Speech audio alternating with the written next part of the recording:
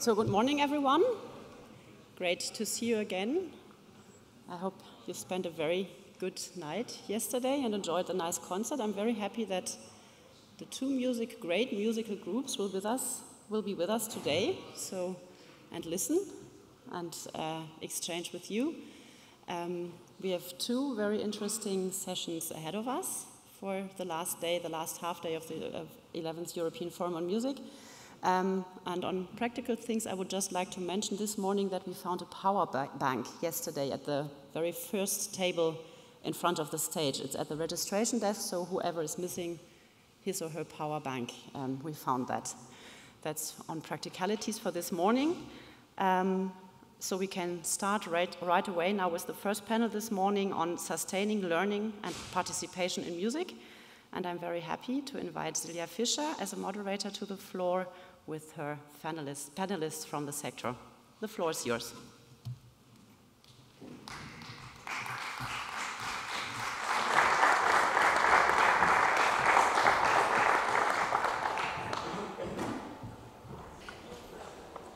Good morning, everybody. My name is Silja Fischer. I am the Secretary General of the International Music Council, which is the international umbrella organization for the European Music Council and also other regional music councils. So let me extend a warm welcome, especially to our member organizations in this room. Dear public, we are very grateful to you that after a shortened night, you are with us today this morning at an early hour. Thank you very much. Thank you also again to the organizers of last night's evening. Beautiful music, wonderful encounters, great exchanges. And today we will speak about a subject that many of us consider being the foundation of a sustainable music ecosystem: education and learning. And we will take a holistic approach to what this actually means and talk about a diversity of opportunities to learn. I am joined for this conversation by representatives of member organizations of the EMC and IMC. And I would like to welcome Stefan Gies from the European Association of Conservatoires, Sonja Greiner from the European Choral Association, Isolde Malmberg from the European Association for Music in Schools, Skoruppa from the European Music Schools Union, and Blasko Smilevski from Jeunesses Musique International. Our topic today is sustaining learning and participation in music, and it directly relates to two of the 5 music rights promoted, defended, advanced by the International Music Council, and which, by the way, figure prominently on your forum bags, in case you haven't seen them.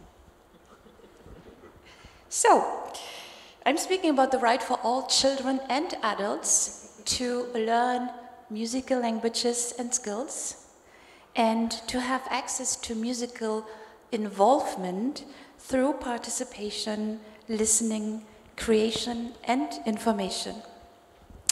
We will learn about the panelists' understanding of sustaining music in their area of competence. And let me again remind us all that we address the topic of sustainability in a very holistic approach, from a holistic perspective, as has been so eloquently outlined by Matt Brennan in his opening keynote. When the European Music Council steered the participatory process that led to the European Agenda for Music, the importance of education came up as a common thread in every thematic working group, be it music production, live music, media creation, etc. And it was the thematic group on education that strongly advocated for the addition of the notion of access to the European Agenda for Music. The proposal for our session today emerged from a collaboration between 3 of the organizations present on stage. And before I invite panelists to share a short introduction, about their organization and what sustainability means to them, let us hear from Stefan Gies about what is behind this collaboration and this scheme project. Stefan? Yeah, thank you very much for this nice introduction. Nice that you are here. Welcome. It's early in the morning. As Silja already said, I am the Chief Executive of the European Association of Higher Music Education Institutions, but I start talking to you in my capacity, so to say, as a representative of SCHEME. SCHEME is the steering committee for the harmonization of the European music education, bringing together those three organizations. They are all represented here, Till and Isolde, which will talk after me about these organizations. But the SCHEME consortium, so to say, brings together all those organizations, pan-European organizations, who are dealing with education and the whole range from early music education until lifelong learning. It was founded in 2014 as a part of the AEZ-run Creative Network project, Creative Europe Network project, at the time Full Score. But this was more the formal foundation. To be honest, it was EMC who brought us together, because they commissioned this group, so to say, to provide the part on education as part of the European Agenda for Music. And that's why we came together and formalized, so to say, under this project. And after the project was over, after the European Agenda for Music was published, we decided to continue working together, as you see, under the umbrella also of the following AEC Creative Europe Network projects. The current one is Artemis. I will say a little bit more on that later. For the simple reason that we were sharing the opinion that there are so many cross-sectoral topics, so to say, it's worthwhile to deal with, and we regularly meet, we regularly do presentations such as this, and workshops and webinars. Whatever next webinar from us will be in September, an EMC webinar as well. So you can see here on the list just some of the topics we have been dealing with in the last years.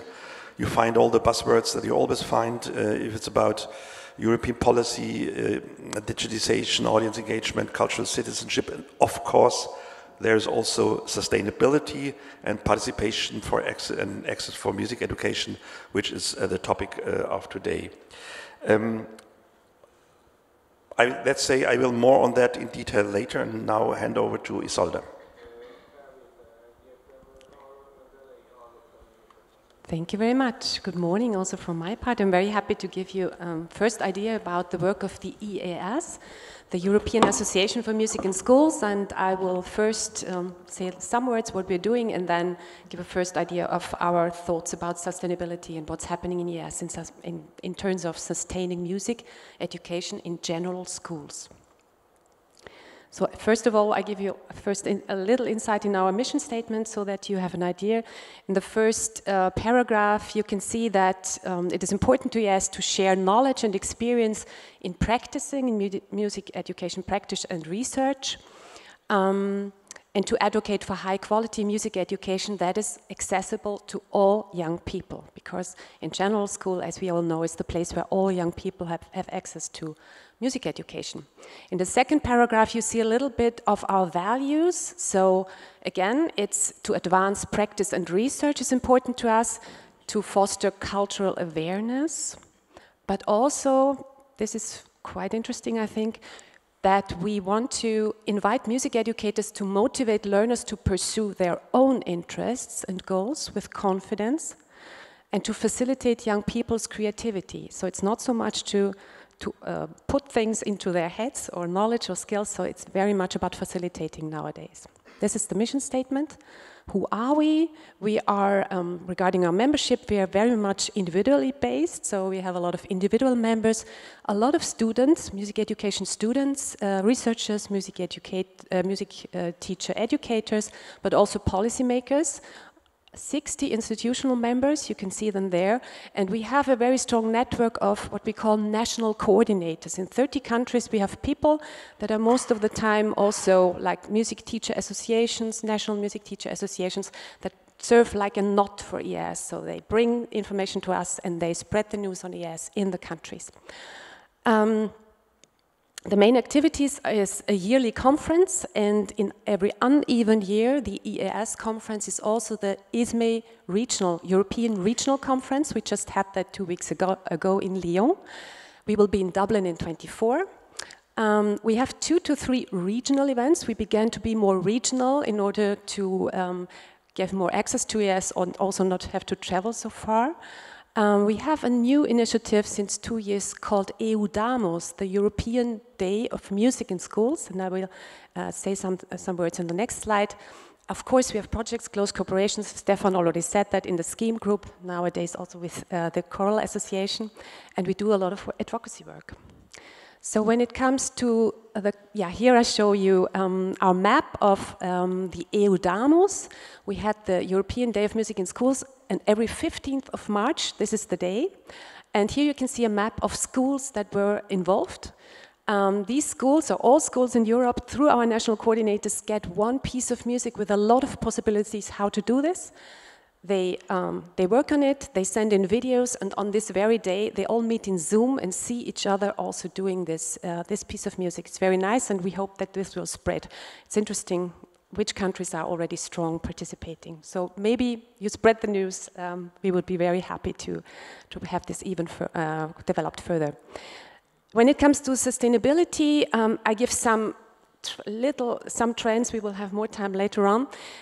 What we see in some countries is that music education is even almost deleted from the subject plans, from the curricula, and transferred into aesthetic subject, into where the arts come together. So it's in some countries, we just had that in the Czech Republic, for example. So this is a trend we see. We see also a general decline in interest of young people in the teaching profession on a whole, not only in music. And this is very, very important to get to know where the reasons are. And for example, in Germany, we are just starting a big survey to find out what are the reasons behind this and to find strategies to bring people again into wanting to become teachers in schools. It might have to do with COVID, because you don't have the pictures of being a music teacher in school so much anymore. As a 17-year-old, you didn't see that. It might also have to do with the situation that young people are looking for different ways to work. They want to do remote work, they want to do homework, and this is of course not possible with schools or in schools. But there are some things, I will come to that. I'll do quickly some reductions of music lessons. So what are we doing? At the moment, we are beginning a huge project called Team Teacher Education Academy Music, where we gain data, because we're often asked, how is the situation really in terms of numbers in the countries? So we will try to provide that. We're doing, of course, networking and advocacy. We have the EUDAMOS for outreach and visibility. We will also in team work on a new quality framework in music teacher education, music education in schools, providing to our partners in the country to have this as a support in their curriculum work. We are working out at the moment, in the next 3 years, future-making open educational resources on the buzzwords digitization, democracy, education, sustainability. Yeah, and I think I will keep it here because the 5 minutes are probably over, and hand over to Till. Yeah, thank you very much. My name is Till Skoruppa. I am the Secretary General of the European Music School Union. And good morning, everybody. I will just very quickly introduce what the EMU is, what we do, and I also would just like to share one thought or one example of how our work relates to sustaining music and sustaining participation in music. So the European Music School Union is the European umbrella organization for music schools in Europe. We currently have members in 27 European countries, and through the national associations who are our members, we have this federal structure that national associations join the EMU, and they have the music schools directly as their members. Through the national associations, we currently represent around 6,000 music schools. roughly 180,000 teachers and around 4 million students. We collect statistics from our member every few years, and the figures that I just told you are based on the statistics that we collect regularly. I believe that most people have an idea of what a music school is. Sometimes it's a question of the term. In some countries it might be called a conservatoire, but it actually means the very same thing. However, when speaking to our members, we realized that it is not so clear as we might think it is. And when we when we accept new members and when we assess whether what they do in their countries corresponds to our definition of a music school, the approach we have is in a way similar to, I would say, how a doctor diagnoses a syndrome. It's a bit, you have a certain number of symptoms, maybe a dozen or so, and if you can check positive for 7 or 8 or 9 of them, then you are diagnosed with this very specific syndrome. So in order to diagnose the music school syndrome, there are also a set of typical characteristics that define what we do. Firstly, a music school usually provides music education in an extracurricular context, which means that it's non-formal learning. It does not lead to a qualified degree. Usually, music schools are funded. They receive public funds. Sometimes they even belong to the city or to the municipalities themselves. They usually have set quality standards, especially in the form of curricula.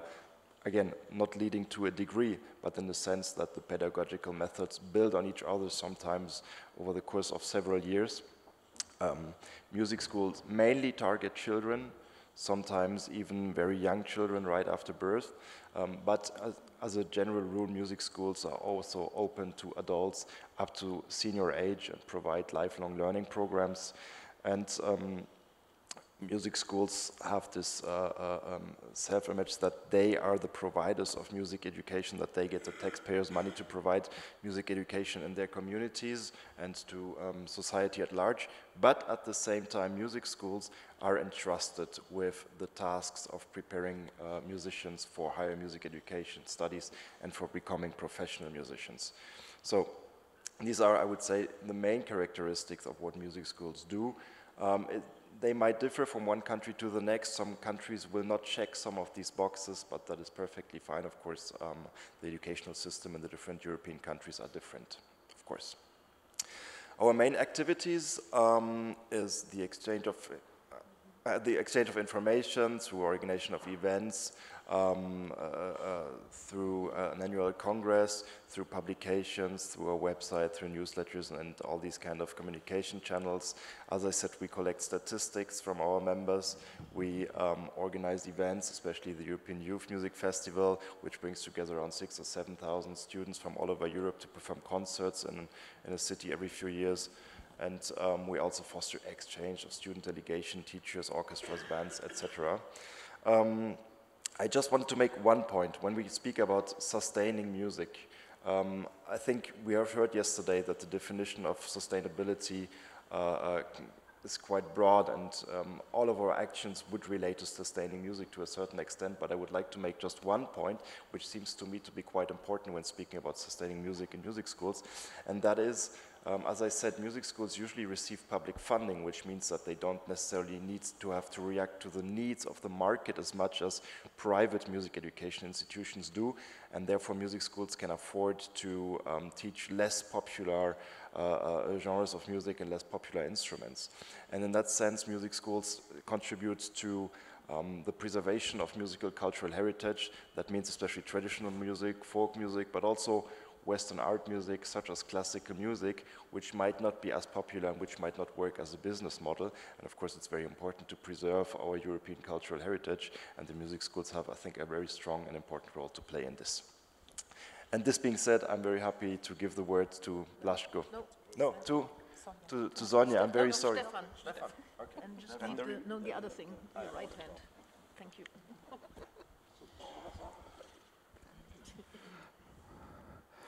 Okay, thanks. The AEC was founded in 1953. It's a voluntary membership organization, and only institutions can be AEC members Full members can only be institutions that are providing study programs in music from bachelor level upwards, so to say. Our main area of activities is Europe, in European higher education area, which is the so-called Bologna area, which you can see on the map. It's much bigger than the EU and also bigger as Europe. As you can see, we do not have individual members, only institutions can be members, and I have to say, even we are in voluntary organizations, there are only few who are missing out, who could be or who are eligible to be AEC members, and those who are missing out are not the big and renowned ones, but rather small ones.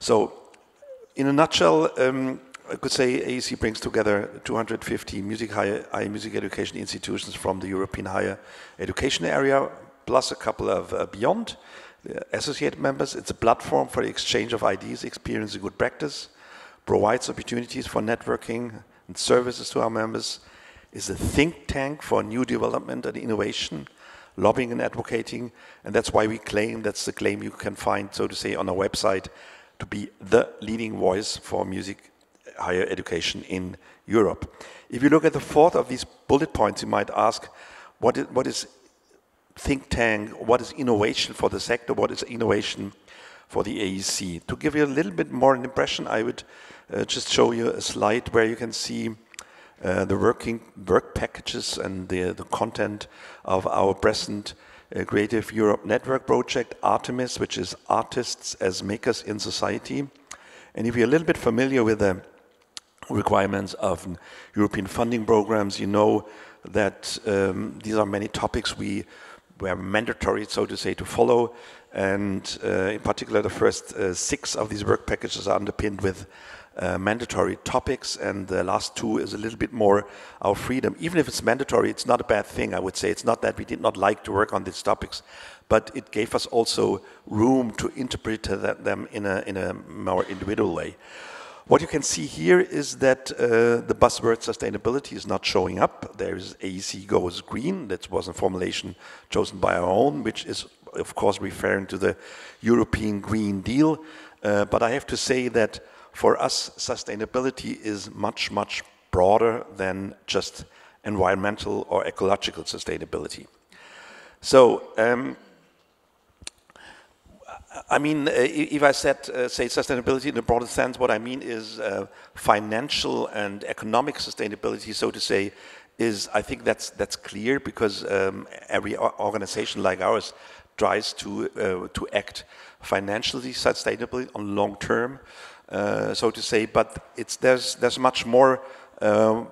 We are also asking the questions what the contribution of art and culture and music education can be to make the world more sustainable. Questions such as how can we strengthen cultural citizenship, how can the sector contribute to societal well-being, and this is reflected not in one of the work patches of Artemis, but rather in the title, Artists as Makers in Society. You could even say artists as makers of society, if you want to. That's why I do not want to talk, if I have one example to take, one simple chosen example, what sustainability could also mean. Of course, ecological, financial, whatever sustainability is key for us, but there is one dimension which I would like to mention, because it's almost a little bit forgotten. This is just 4 letters, slow. Neither the claim or the idea that art, music, and music education could, so to say, counteract the haste of speedy everyday life of the economic world is not new. And you could even say that since more than 200 years, one particular added value of the arts in terms of ensuring sustainability is to counteract the higher, faster, bigger of the business-driven world. In that sense, since the Enlightenment, you could say that's a social mandate of all art institutions, that's one of the reasons why they may be financed by the state, is to counter the universe of values as set by the economy through promoting an alternative set of values. And this idea was already let's say, present in the ancient Greeks. You can find it. It's one of the main ideas of the Humboldt's idea of humanistic education or Bildung, is that only if you have artistic education or cultural education, you have the entire image, so to say, to balance out and rational, so to say, education. You find that in the arts and craft movement, this idea in the late 19th century, and also in the slow movement, just to come back to the word, even the slow movement had a completely different starting point. What we today understand as slow movement started in the 1980s with Slow Foot in northern Italy, but that prompted also a lot of other sectors to act slow, like architecture, fashion, tourism. There's a slow journalism, slow parenting, and all these kind of things. And a couple of years ago, the term slow pedagogy gained some popularity, in particular in the USA, and it's certainly no surprise that arts education is assigned a special role and significance in the concept of slow pedagogy. And I will just quote at the end two key, let's say, statements, so to say. This one I will not read, I leave it to you to read it. It's, so to say, a more general aspect. And this quote here: "How might the arts and humanities, we ask, offer a critical counterpoint to the widely accepted dictum, faster is better?" I'm just pointing to that because the idea standing behind that the breeding ground for innovation, deep thinking and creativity is seen to be cultural education. And I think that's one of the aspects I just want to highlight. Among the other aspects, what sustainability is and should be, that we should focus on and are focusing on a little bit on AC. I'll stop here, and we'll come back to scheme. Just one thing to mention is, if I say this is an organization which is, or the consortium which is bringing together all those who are acting in the entire lifetime, so to say, in education, the understanding standing behind that is education which is institutionalized, so to say, in Europe, state-funded, publishing-funded, state-driven institutions who are taking care of music education. Of course, music learning takes place in many, many other places, and that's why the other who will speak after me will be included in that topic. That makes sense, but it's more about institutions, content-wise, there's not such a big difference. And my last slide is, we wanted to launch our scheme website before this event in Budapest. We didn't make it. We were slow, but for good reasons. It will be launched in the next days. You will find it. And one of the things is that is the European agenda for music, coming back to that, priorities and how they are followed up by scheme. That's, so to say, a little bit our action plan. And you can see here, I will not read it as well, all those buzzwords we are talking about today. Also about quality, about sustainability, about participation, and promote ecological, economic, and social sustainability. Thanks. Thank you very much, Stefan, Isolde, and Till. As you mentioned, these are more the institutional settings where music learning takes place, and we absolutely wanted also invite member organizations that offer other opportunities for learning too. And let me start by inviting Sonja Greiner from the European Choral Associations to talk about what the choral world offers in terms of learning opportunities. Thank you very much. I will not read everything that is on the slides because I know that the European Music Council offers to share the slides afterwards, so you can read up on the details. I wanted to talk just very shortly about our origins, because we are the result of a merger that was done in 2011, and especially the organization that was called Européenne before was created at the beginning of the 1960s by conductors who had been soldiers in the war and who wanted to find a way to make sure that their young singers wouldn't want to go to war. And unfortunately, this is something that still is important in our work nowadays. And there were two important values or ideas at the beginning. One was to have intercultural exchange, and the second one was to learn music from other countries together with other choirs and to exchange music within Europe. So even if not everybody thinks about education when they hear European Choral Association, all our activities are about learning one way or another. These are our core values, and that includes the IMC 5 music rights that we are also basing our work on. Our vision is a world where everybody experiences the benefits of singing, and this has become more important than ever during the pandemic, where singing was banned and forbidden in a lot of countries. And we still have a lot of people who don't dare to go back to choir singing, to collective singing. And we started a campaign that we are still continuing to raise awareness for the benefits of it. We developed a strategy, and you can see that lifelong capacity building and training, which is different words for learning, are part of our strategy. And this is our network in figures. So we have over 60 members in now 32 European countries, and we are growing, especially also in Central Eastern Europe lately. And we include Israel in our network. Through our Members and Friends Association that we have for individual members and choirs, we represent about 2.5 million people in Europe, and we try to serve and advocate for the sector of collective singing, which represents around 37 million people in Europe.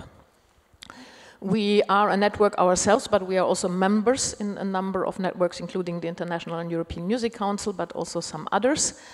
And we try to network a lot with other European networks and associations, and Isolde already mentioned something, and we'll come back to that later. But for also, just to mention that the World Youth Choir you will be hopefully listening to tonight is a project that we are working on together with Jeunesses Musicale and the International Federation for Choral Music. We offer learning through participation in a lot of different European educational events, which are events for choirs, vocal ensembles, or individual singers, groups of friends of all ages.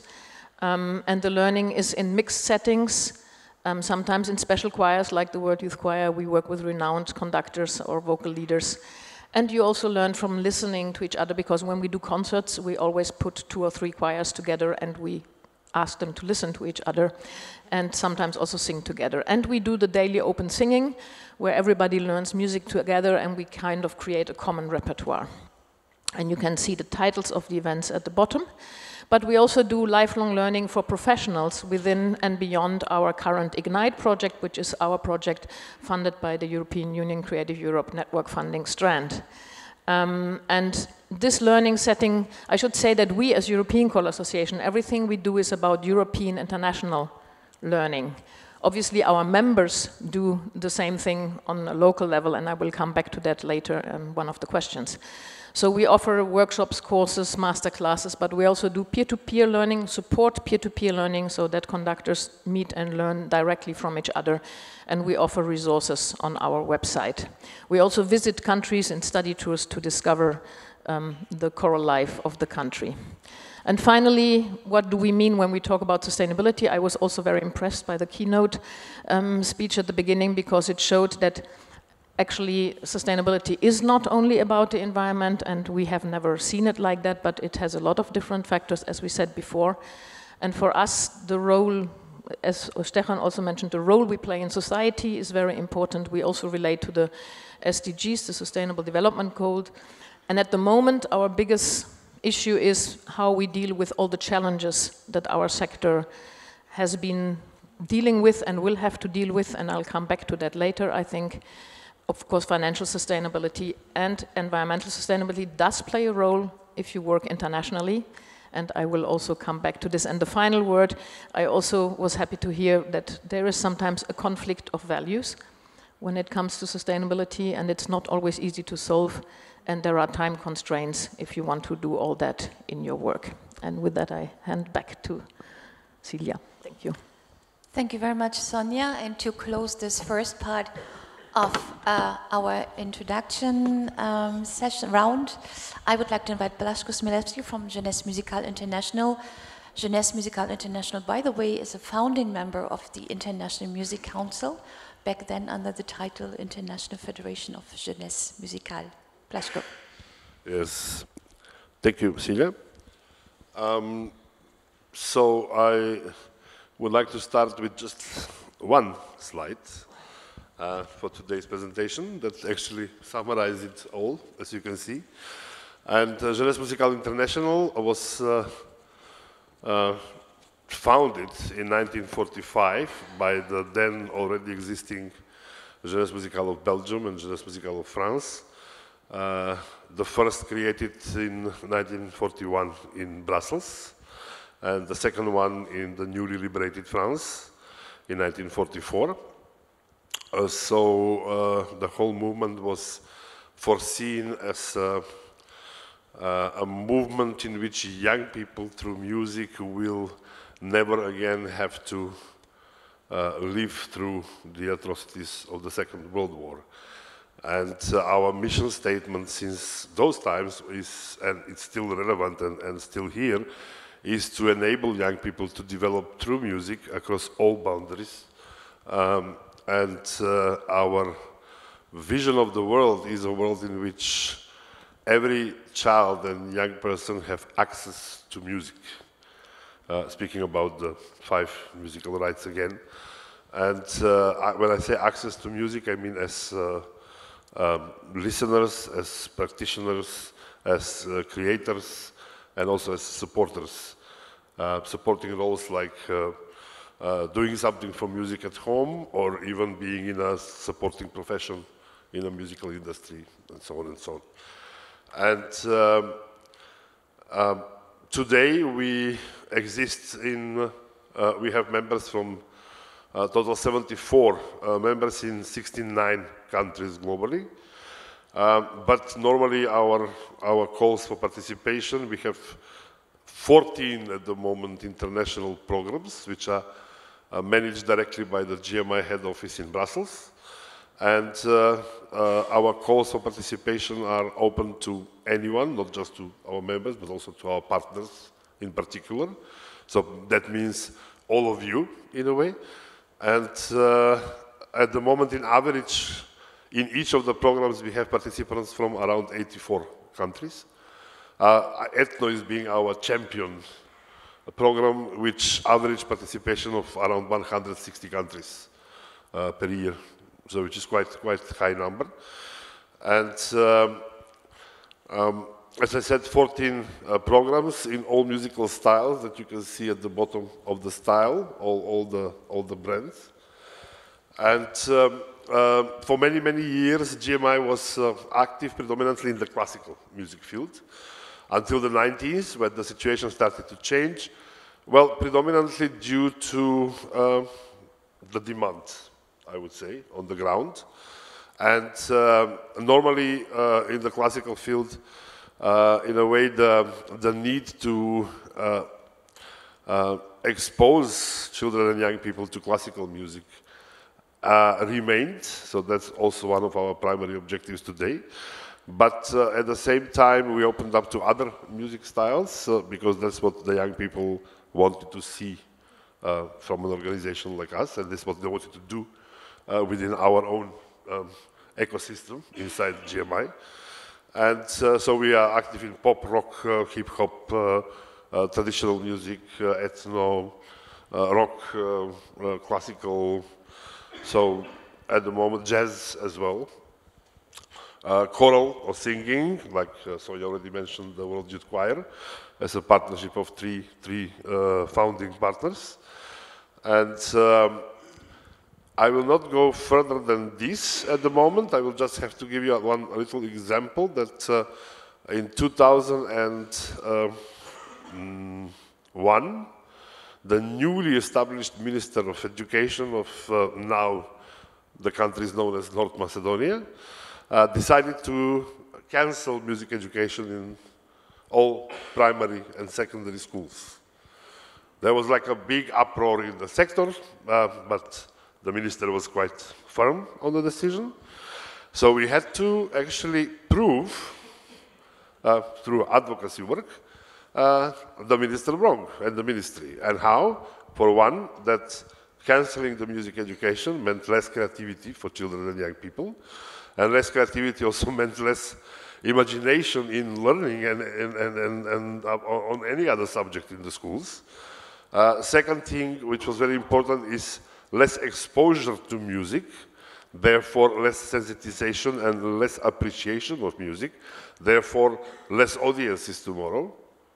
And finally, less people will learn that they maybe have predisposition to build up a music career as musicians. Therefore, there will be less enrollments in professional music high schools and music academies and conservatoires. And therefore, slowly but surely, 10, 15 years, there will be no longer a music scene in the country. And this decision was reversed. So for us, sustainability means, first and foremost, it was already said that it's about everything, and it is, but we relate to the word relevance. So you have to be relevant to the community, you have to be relevant to the target and to your participants, but these participants are not just passive participants, actually it's outside and inside the network. They are who you are, in a way. They are your building blocks. And relevant to to the donors, relevant to yourself as a network, why you exist, why you're there, is it still relevant for you? So practically, and now of course, how we behave and our responsibility to the environment, to the world that we live in, to the needs and the demands that are expressed in a fast-changing world, to the situation around us in a world that is kind of, at this moment, becoming and growing in divides everywhere and in every possible situation. And this is where I would like to stop, and then we open discussion later on. Thank you very much, Blasko, and thank you to all first to have shared your vision, your understanding of what sustainability, what you do, but also what sustainability means in your context. And with your permission, I would like to invert two questions, because Blasko actually gave us the key to one of the questions we wanted to discuss today. Also, sustaining music, sustaining learning and participation in music also means for organizations like yours, but also for your members, to stay relevant, to engage in a reflection of what is our place in society, what do we contribute to society, how can we as schools, as organizations, as networks contribute to inclusive societies. One of the SDGs is about inclusive societies, for example. So, question to you, who would like to share a bit more insight on this question of how can we, with our work, remain relevant to our communities, to our constituency in society? Who would like to start? Yeah, maybe I can just share a few thoughts on the societal role of music. I mean, this is in our institution an ongoing debate, probably since the start of the association. What is our goal? What do we want to achieve? Why do we teach music? Who do we teach to? And if we speak about participation in music, something very obvious that comes to your mind is, of course, to ensure that you have a pedagogical offer for various target groups. And if you look, I would say especially in the Scandinavian countries, music schools usually have programs for, well, it starts sometimes even before birth. There are music pedagogic programs for pregnant mothers. Then there are pedagogical offers for babies, for toddlers, for children, of course, for adults, for people of senior age. We know about the collective singing for people with dementia and related issues, pedagogical programs for people with a different cultural background, for people with special needs, and for other marginalized groups. So this is not very surprising. I mean, this is fairly obvious. But I think in some European countries, participation or the role of a music school is defined differently. And we also need to respect that. If you look, for instance, at some Eastern European countries, there is no tuition fee. music schools are free of charge, because the biggest hindrance to accessing music education can be financial burdens. So some music schools have offered their tuition free of charge, but of course then they can only reach a limited number of students, and there are entrance exams so that only more talented students can access music education free of charge. And while this might seem a bit elitist for some of us, but I think it's fairly recognized to have this kind of approach in some countries, because then you will have some musicians who are really on a very high level and who basically represent the pride of the music education system in a way, if you want. And if these people end up in some of the big orchestras, then society is satisfied with the role that the music school has to play in this. And we also need to think about these kind of aspects when we talk about participation. It is defined quite differently in the different European countries. Thank you, Till. I think Isolde would like to react to this too. Yes, thank you a lot. I like it a lot that we're now at the point of relevance of what we're doing, and when you think back to what EAS has as target groups, we have very different target groups. So in a way, to keep music education in schools relevant, we need to have the policymakers doing the right curricula. We need to have the wider public, the schools and the children and the parents knowing that this is important. They want to go on with this. And we, of course, need enough future music educators and good quality music teacher education. So there's quite something to tackle. But I would like to say three things, that could even give a glimpse into the future. What's happening at the moment. For example, in Germany we have one federal state, Sachsen-Anhalt, who will start soon a 4-day week of school because of lack of teachers. And on the 5th day, children will learn at home. They will learn with digital means. That's one example. The second example is, again from Germany, because I'm living there. There is a forum for 11th and 12th graders called Leistungskurs, where they can do more music than the others. And in many, many places in the rural areas, it's not possible to have it for them again. But at the moment, they are starting to do it again digitally. So there is one teacher sitting far away and connecting to a lot of these Leistungskurse, trying to get them and offer it. Both is digital, is something about digitization. And the third thing is that music teacher educational institutions training music teachers in schools, they have been thinking about offering different main instruments. You know that we turned from classical instruments to popular instruments as the main instrument to study, but also on instruments that were brought in by migrant people, and now they begin to offer the EDI, the electronic digital instrument, again as a main instrument. So I think we as music educators, we have to move, and school will move, and we have to embrace this and find good and creative ways. We will be fine then. Thank you. Relevant. Yes. Thank you, Isolde. I think in the next round we will also come to the question of what is currently actually on our plates, and which trends do we see in the work we do. But before coming to this, Sonja, you would like to react? I think even though we are aware of the fact that singing, collective singing could be very inclusive and could be very diverse, the reality is not like that everywhere. So we know we have to work on that. That means there are a lot of special projects, but you don't find so many people with disabilities in regular choirs, or so many people from different cultural backgrounds in regular choirs. So we are working on an inclusion and diversity strategy, first for our own organization and then to share with our membership and the whole sector. And in 2018, we created a so-called sing tank, so not a think tank, but about collective singing, with people from within and outside our organization. And we actually started this think tank with the question, how is society and how will society influence our sector, and what can our sector do to take care of the changes in society?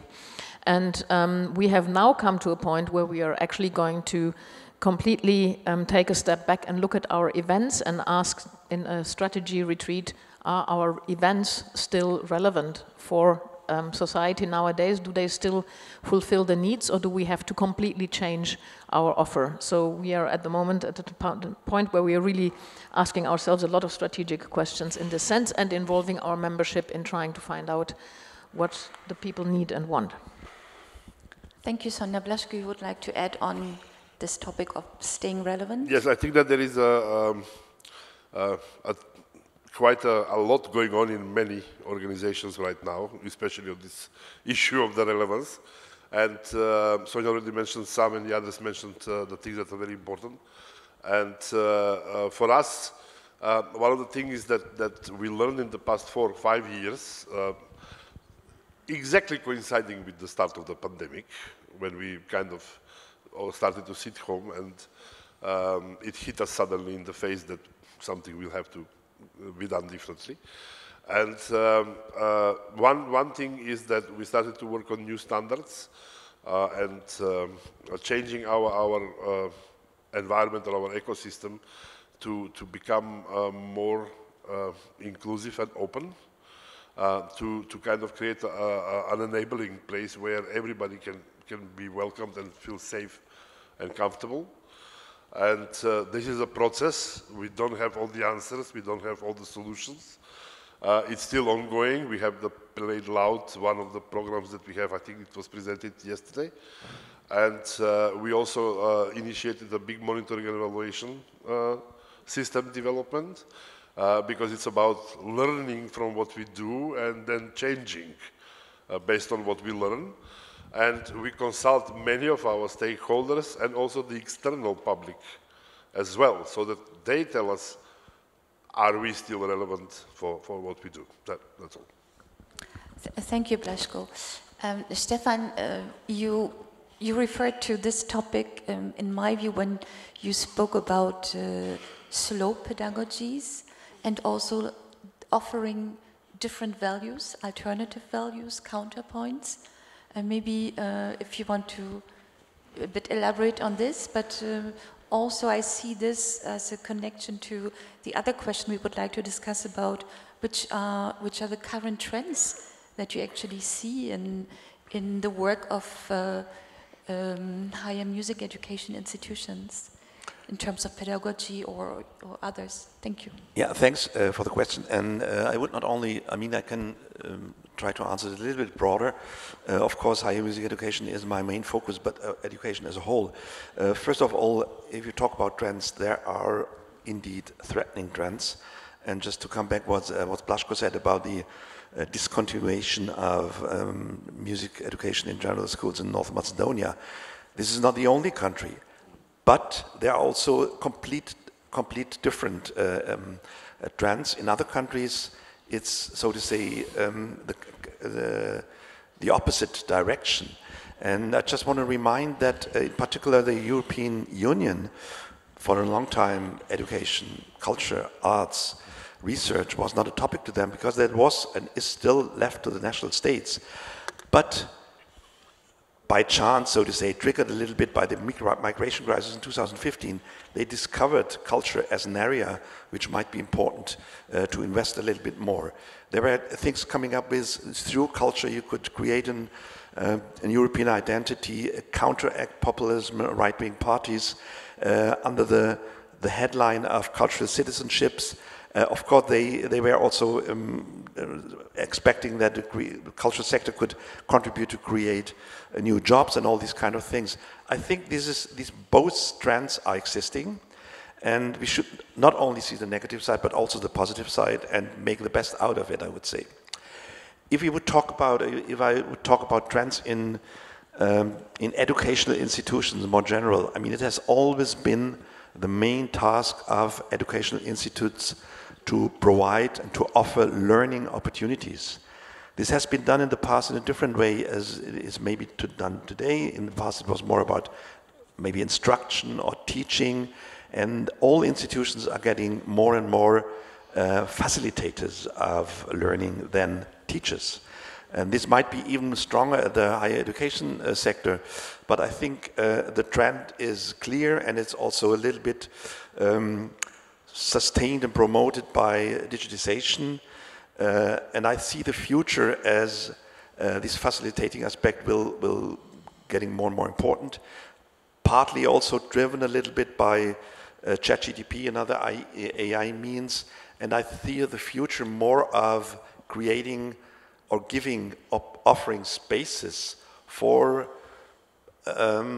learning designing learning, student-centered learning is a very, very highlighted, let's say, paradigm somehow. And I see also a certain contradiction between, on the one hand, we are demanded, and we like to do that, to offer more student-centered learning. At the same time, for example, the European Commission still asks us to innovate curricula and to work on curriculum design. And I'm asking myself, is curriculum still the right framework? Is it the right scaffold to strengthen student-centered learning? Because student-centered learning means that you have individual curricula and everyone designs his or her own curriculum. So these are some kind of frictions and tensions that we will have to work on. And I would say, to come back to the slow thing, I think even in the context of all school subjects, the art and cultural education could gain more or provide a safe space, if you want, like that, to foster more on learning things on following your own needs, your own ideas. And I do not expect that those people will be, so to say, non-digital in these rooms, but at their own speed, at their own needs. Thank you, Stefan. I think, Isolde, when we prepared this session, you also spoke about the fact that you also speak more about being facilitators of learning to create an environment. Sometimes we like to speak about this enabling environment where everybody can do and develop competences, skills, as Stefan says, at her own pace, so to say. So does this ring a bell, what Stefan just said? Yeah, of course. Still, looking into Europe, I have to say that the situation is very, very different in the countries. But I would also say that school cannot stay as it was 20 or 30 years ago. And also music teachers begin to feel that. Still also the subject of music has some constraints, or is not always in the first place thought. For example, where I come from in Potsdam, we are now founding a laboratory school, so with really new concepts, and it's very, very late that music comes in, because everybody thinks music has to be directed and everybody has to do the same thing, the skills are difficult. So we very often have to remind that there are other methods where people can come in from the very beginning making music, and train our teachers also in that direction. So to make it possible to music educators to be facilitators. This is not in the first place what we think of when we think of music education. Do you get what I mean? So there is a new paradigm also in music education, new pictures, new methods to be part of this facilitating group in the schools. But I would very much go with you. Blasko. Yes. Well, I'm not going to speak directly about the schools, but it's about the collaboration with the school. What we can see is that many years ago, let's say, there was not so much understanding or interest by the schools to work with the so-called non-formal education and learning sector, but that was a long time ago. Now I think the situation is much, much different because we are all learning and growing and evolving and addressing the needs of the communities. And because it's, we see that, for example, that in our field of young audience development, we work with schools a lot, and this collaboration with schools is increasing. With general schools, either bringing the students to concerts or bringing artists to the schools, but also with professional music schools, high schools, with the academies. At the same time, promotion of young musicians and ensembles is especially important, and this collaboration is increasing. We have now a good opportunity to work in the jazz field also with the academies, which is also on the rise. We have around 20 teachers in Groznan at the moment who come from different jazz academies doing master courses in jazz music. So that's another one as an example. And finally, research. We are also reciprocal members with the International Society for Music Education. And we have done a 4-year research into our ethno program.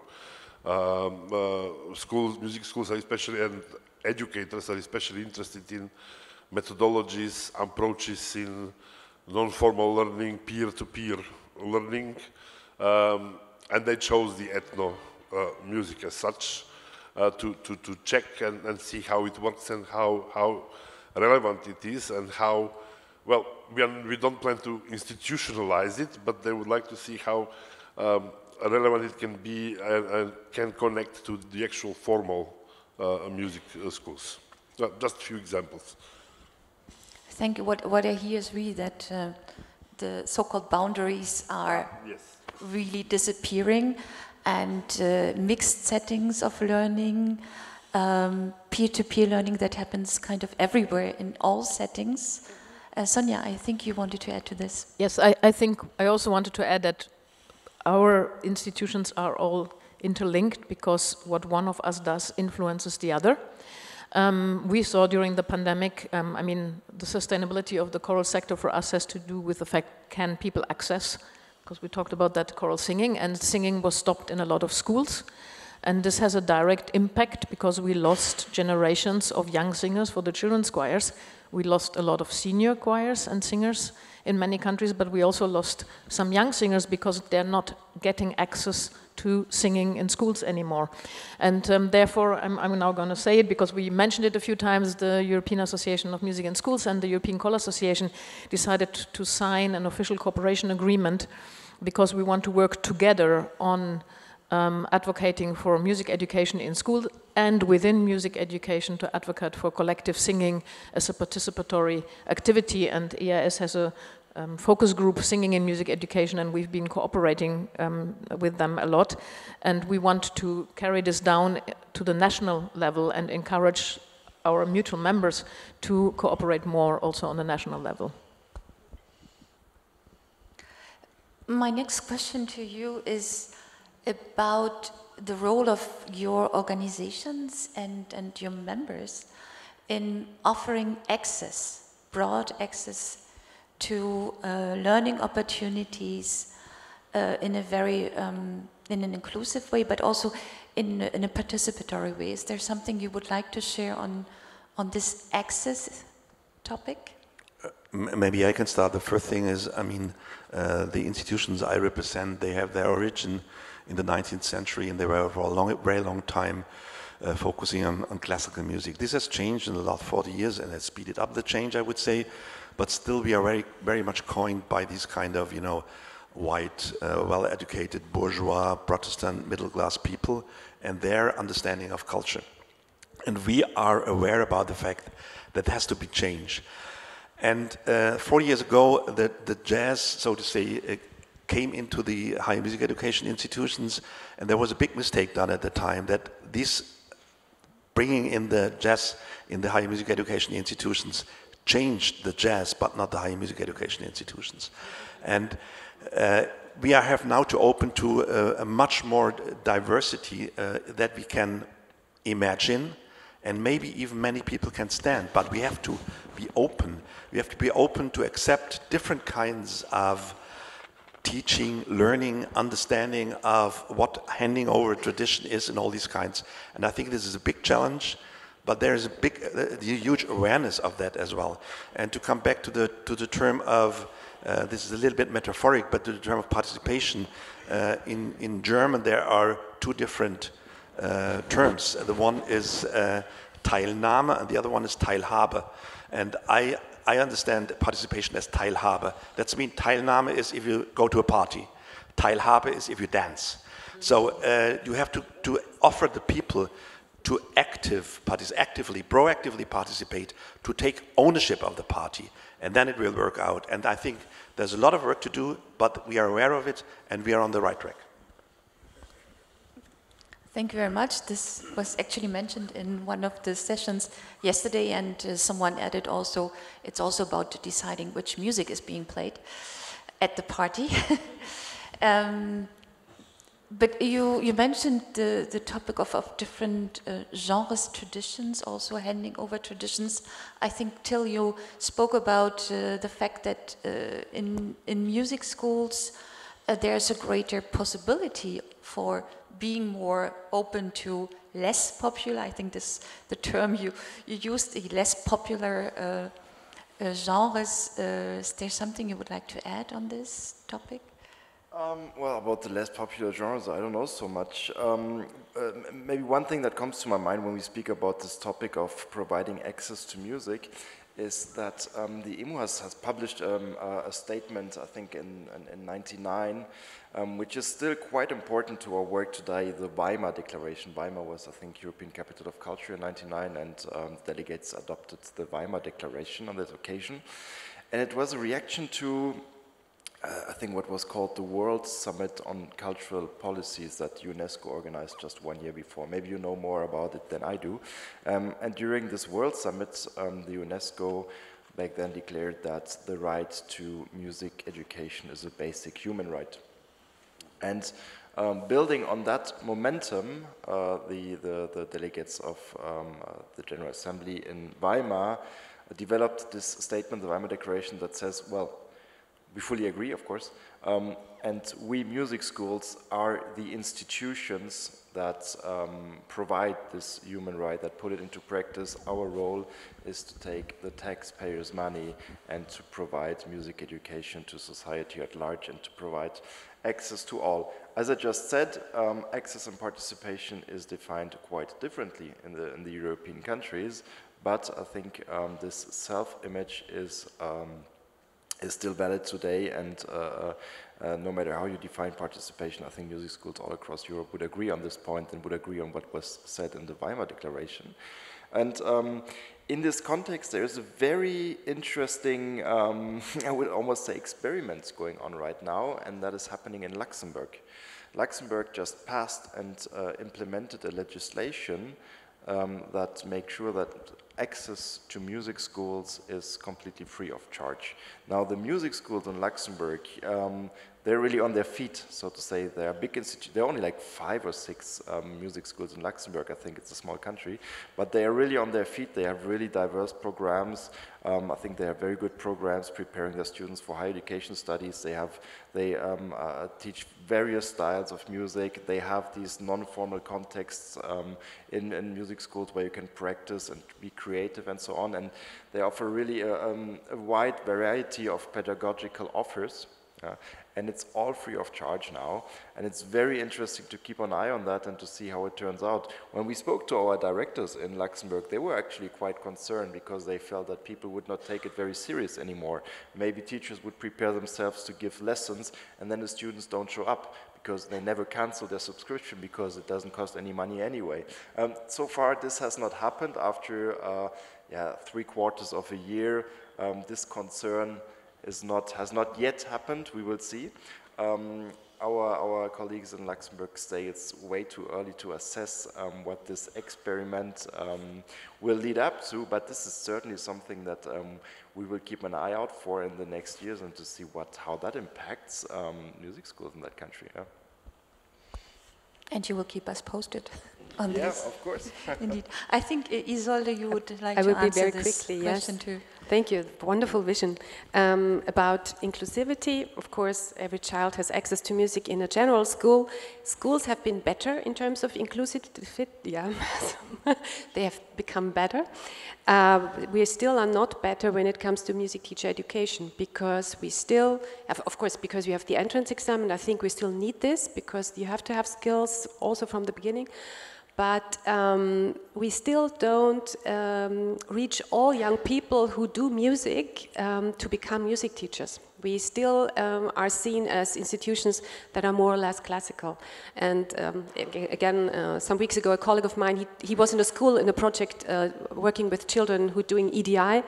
And he talked to them and said, oh, I would never have thought that I could become a music teacher with this. So it's there we are not inclusive enough yet.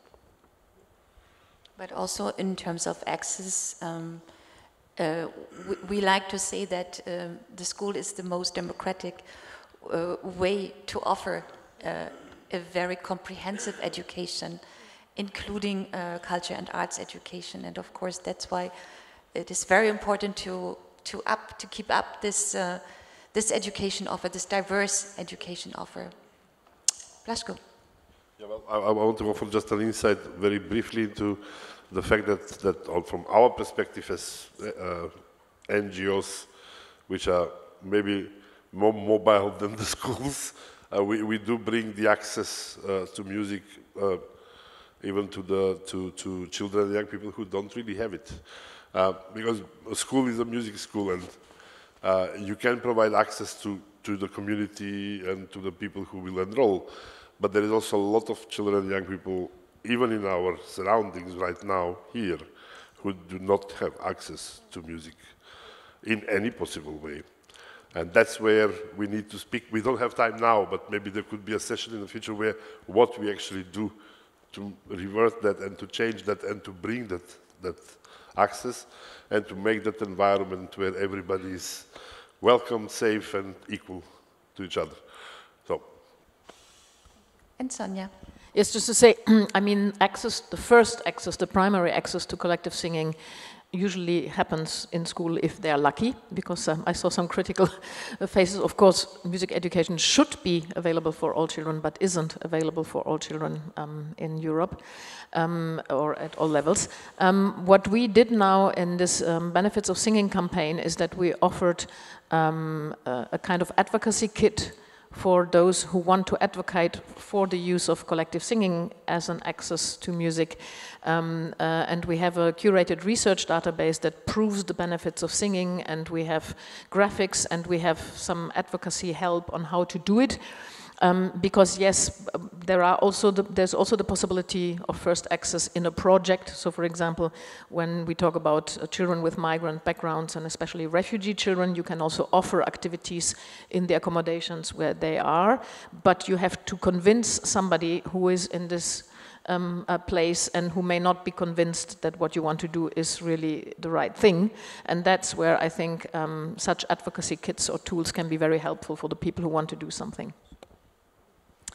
Thank you very much, dear panelists, dear public. Turning to you, I think we have heard a great diversity of approaches to the topics that drive us today, that brought us here to this stage this morning, and I am sure you have a lot of inspirations now for questions, and I would like to open the floor to questions. And please, if you could formulate your question in 1 minute, so to give a possibility to panelists to answer, but also to other colleagues to ask questions. And I will start with, I think it's Federico. If we could have a mic for the person there. Thank you. Thank you, Silja. I would like to ask the panelists what they think about the work that has been done by the concert halls, because of course in this ecosystem it's not been said, but the concert halls are taking over a lot of educational work. Thinking of Sage Gateshead, 1/3 of their budget is education, the demos in the Philharmonie, the community music in Dortmund, so it's becoming a big part of the identity also of a concert hall, and it's somehow questioning also the mission of what we are. And I wanted to know what you think our place is in this ecosystem that you have described so deeply. Thank you for the question. Is anybody? It's about I think the role of concert halls in offering more also opportunities to learn. I think this is the question. Maybe just quickly, if no one answers, I think this is not new. I mean, the concert halls and the orchestras, they started with kind of school programs already in the late 19th century. And I'm not afraid that the concert halls will no more exist in 50 years from now. But they have, as we all, I have to say, they have to adapt to the change. And I think that's the main thing. Maybe I can give you a concrete example of a project in our field, which is called Cantania, where actually the choral sector works together with the top-level concert halls and professional orchestras, and they train children in schools, so it connects all of us together in different schools, mostly from parts of the town with let's say, socioeconomic difficulties. And they all learn a piece together and perform it in the concert hall. And I've attended 2 of those, and it was really fascinating to see, because the audience was totally different from the usual concert hall audience, people who would normally never have dared to enter Beaux-Arts, and did that for this project, the families and friends. And I think this kind of cooperation can link us all together. 2 sentences from me. Wonderful. The things from the concert halls are very important for music in schools. I think that teachers are really also using this. Very important question is whether the way of how concert halls and teachers also could cooperate. So this is sometimes if you just go there and see things, or if you cooperate in projects. And more higher education, music teacher educations offer also seminars on this. How can you cooperate in such a program as a teacher and in a concert hall? And I think that's very important too. Yes, we are all part of the same chain in a way, and we share more or less maybe same objectives. We do things differently, each in our own niche, but we are complementary to each other and we work together. And if I don't know, GMI goes to schools, or our members go to schools and work with children and young people directly with artists in schools, or bringing them then to concert halls to watch concerts, or to opera houses, and so on and so on. So we all have our own part. I can give you example of the Berlin Phil, which has a very developed audience building program. They have a very developed local community outreach program, work with youth orchestras as well. They are a self-governing orchestra themselves. So it's practically, again, a question of how embedded you will make yourself within the community, and how relevant you will be in that process. Thank you for the question again. Thank you for the answers from panelists. I saw one hand there and then another hand there. If we could have a mic here in front. And yes. Okay. Thank you. Sorry, it's not a question. I'll use my minute. I'll be brief. That's perfect. So, first of all, I must say, why do we keep saying formal and informal learning? I mean, this gives me allergy, because there is no such thing as informal music. Music is all about structure and form. So maybe we should call it institutionalized learning and non-institutionalized learning. Because if you go to traditional music, it's all about form, structure, and very strict rules. And in itself, this way of thinking already shows all of our prejudice about all kinds of music. That's one thing. About relevance, I guess I would add to what everyone said that one of the main skills of a musician should be listening and hearing. And I guess institutions as well should train their ears to become relevant. I guess that we have this horrible habit of depicting demand, like Blasko said. Demand is very important. We keep on thinking that people don't know what they want, that they're stupid, that the market, it's a very capitalist thing to talk about demand, but people, they do want things, and they know what they want, and maybe institutions should start listening to what people really want. I guess this is the base of relevance. And I like very much Keith Swanwick, which is a UK music educator, with his class system, which is composition, literature, appreciation, skills and performance. And I guess sometimes institutions, they leave appreciation behind. Composition is only for experts, and it's about fruition. Not killing the fruition of music. This is, I guess, become relevant, because sometimes institutions just kill the fruition of music. Thank you. Thank you very much. On your first remark, and I will give also the floor, of just course, very quickly to the formal, non-formal. I wanted to say about that. Yes, I wanted to speak about exactly this. I think we had agreed, and I had hoped you had noticed it, that we really on purpose did not speak about formal, non-formal, informal. We agreed that we could speak about institutional settings, but what we wanted to share with you are opportunities to learn. Yeah, but maybe still as a clarification, I mean, I agree. I can totally understand the concern. Music is not formal, of course not. But I think there are, and the word is maybe not very, very lucky, so to say. But I think there is a clear definition of what formal, non-formal, and informal is. Formal basically means that at the end you get a qualified degree. Like if you study music, you get a degree in the end. And informal means you are still an institution, but you don't get a degree. And informal is basically everything else. It does not necessarily refer to the word formal itself, but there's a clear definition behind it. I hope I got it right. So. I don't think so, but I think we should not discuss this into this.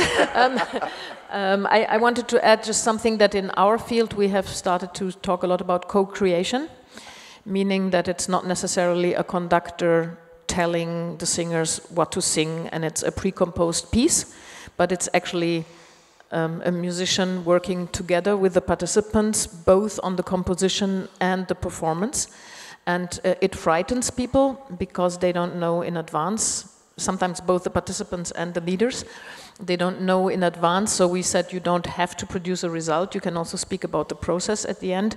But this is a clear trend in our field, that co-creation becomes much more important. Yeah. For us, it's not about formal or non-formal music. That's not the point. It's in our world, we refer to the activities which are happening in schools and outside the schools. So the formal and non-formal activities and programs is the definition that we normally use. Informal actually refers to any accidental learning that happens even in a supermarket. You know, just. Thank you very much. Yes, Dorothy, please. Could we have you have a mic. Thank you. I have a mic and it's working. I'll stand up. Thank you very much, all of you, for a most interesting and comprehensive view of music education. Just a comment. My name is Dorothy Conahan. I'm from the International Music Council Board and I'm a researcher at the School of Law and Social Justice in University College Dublin. I was a musician for 25 years. Let's just get back to music as a language and go back in time when we talk about education. And we look at how language is taught, an informal and informal language, teaching, literacy. So I have two questions and comments. First of all, we've heard the word sustainability, access, ecosystems, schools, in school, outside of school. Let's have a look at who and how. Who accesses music education? Schools are one of the most egalitarian institutions on the planet. So who delivers the education within schools? And I ask a question about the status of teachers, music educators within schools, and how important that is. Not in terms of their training, because they are being exceedingly well trained within our higher education institutions. But if there is no employment status for them, if there's no conditions of employment, how can we sustain that quality? Because we talk about quality within the school system. If it's left to the generalist, it often doesn't happen. And the status of the teacher in terms of employment will ensure leading on to policy. The second question I have is how. And I'm looking here at the outside school, the extracurricular activity of school. And I ask you to look at it from the perspective of parental capitals. And parents were mentioned on the panel as well. What are the capitals that enable parents to access all the work that your institutions are doing. Because if we have the easy part is actually waiving fees. And in fact, the very fact there's fees there in the first place means that it's an elitist organization and an elitist institution. I'm looking at time. I'm looking at time and demands on parental working conditions. Women have been encouraged to work over the last 30, 40 years in EU countries. So that means they're tied up during working hours. And if music schools only deliver that access is only parent dependent, how equal are we? And class was mentioned, and I leave you with one thought. We talk about sustainability and ecosystems in music education. Ecosystems in music education without class is gardening. Thank you very much. Thank you, Dorothy, for the comments, the 2 questions, and I hand them over to the panelists. Maybe, Isolde, I give you a few seconds to... Yes, I have to confess that I did not understand everything perfectly, but for the last thing concerning parents and also women working, and so the question, how can children learn an instrument in the afternoon? That's of course the task of our cooperation.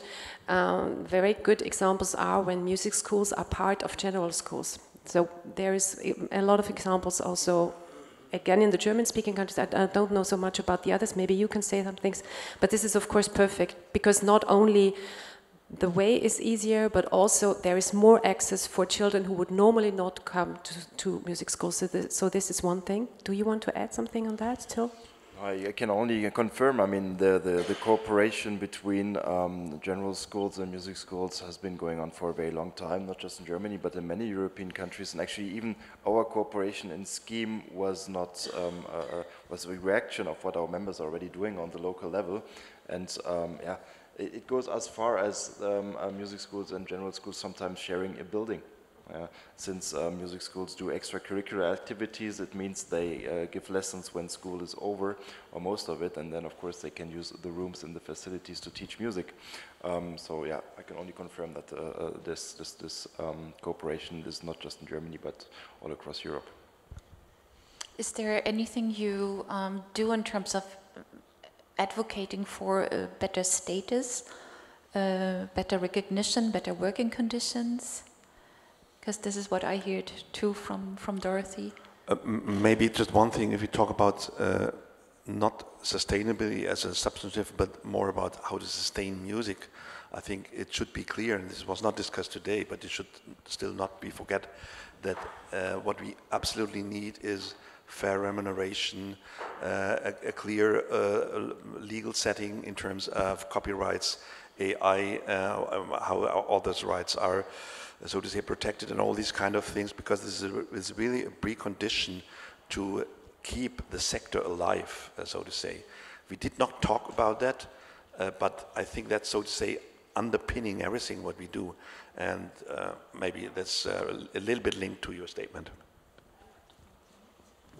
I would like to add something. I think sometimes also there are government programs that on first view look great, on providing free music education. I'm thinking in Germany, for example, we had this Every Child Its Instrument. The thing is that when this 1 year or the 2 years passes, there's nobody there to pay them an instrument to continue. And also we had a program that was supposed to bring more music education in schools, and the rule was that the activity had to happen outside school. So the teachers had to give free extra hours, and again it was dependent on the parents sending the children there. So we fought a lot against this rule and said it doesn't make any sense. If you really want to bring more children to music, you cannot do this as an extracurricular free activity. You have to include it at least in the time in which children normally are in school. So I think there's a lot of sometimes goodwill without thinking through what are the consequences in the end.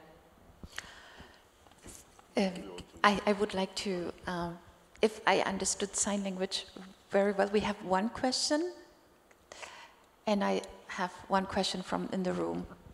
So this is the last question, but as you know, the panelists are around. We are all around. We will be happy to answer any further questions that could not be answered in this setting, will be answered in the hallways. Thank Stefan. you. Yes. I think that art forms have been mixing more and more and in a project-based model. And for me the question is also what kind of job can we offer to teach artist teachers, and how can we cooperate in a sustainable way with all the actors of the chain of music practice, not only in the amateur area, in the education, teaching area, but more into a transversal approach. Thank you. I think we had already some answers in the discussion. I remember cooperations between EAS and also European Choral Association. Is there anything you would like to add about this transversality, cooperation? Yeah, maybe just to add that the idea about our cooperation started actually on a national level in Flanders, where this was done quite a lot, where choral conductors, vocal leaders went into schools to help music teachers who said, I cannot actually make children sing because in the education of music teachers, in their training, this isn't always learned. And also projects in some countries where there are not sufficient music teachers, and the music organizations jump in and offer to help teachers give music lessons, do active participatory music learning. So I think there's a lot of small initiatives happening in this way, but what we need to do is talk more about them. I think the point is we sometimes have the feeling we are doing this because the system is not working, and maybe we should be more proud about it and say it's something we want to do, and it's not just to jump in where the system isn't working. Thank you. And Blasko, you have the last minute. Okay, well, there have been a lot of examples given, I think, during the discussion, and of how we can work together and actually work successfully together. And I think that there is only space for improvement of that in the future, because at schools and NGOs, we are driven to each other naturally in the music sector. And we are two sides of the coin, and we have together with all other stakeholders like the concert halls that were mentioned, for example, but not forgetting anyone else, we need to have a holistic approach to children and youth development, and to all grown-ups as well at the same time, not to forget. That's my message, that we need to be working together.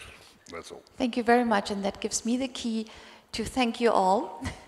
And I believe, thank you for your generosity in sharing your insights, your experiences, your vision also.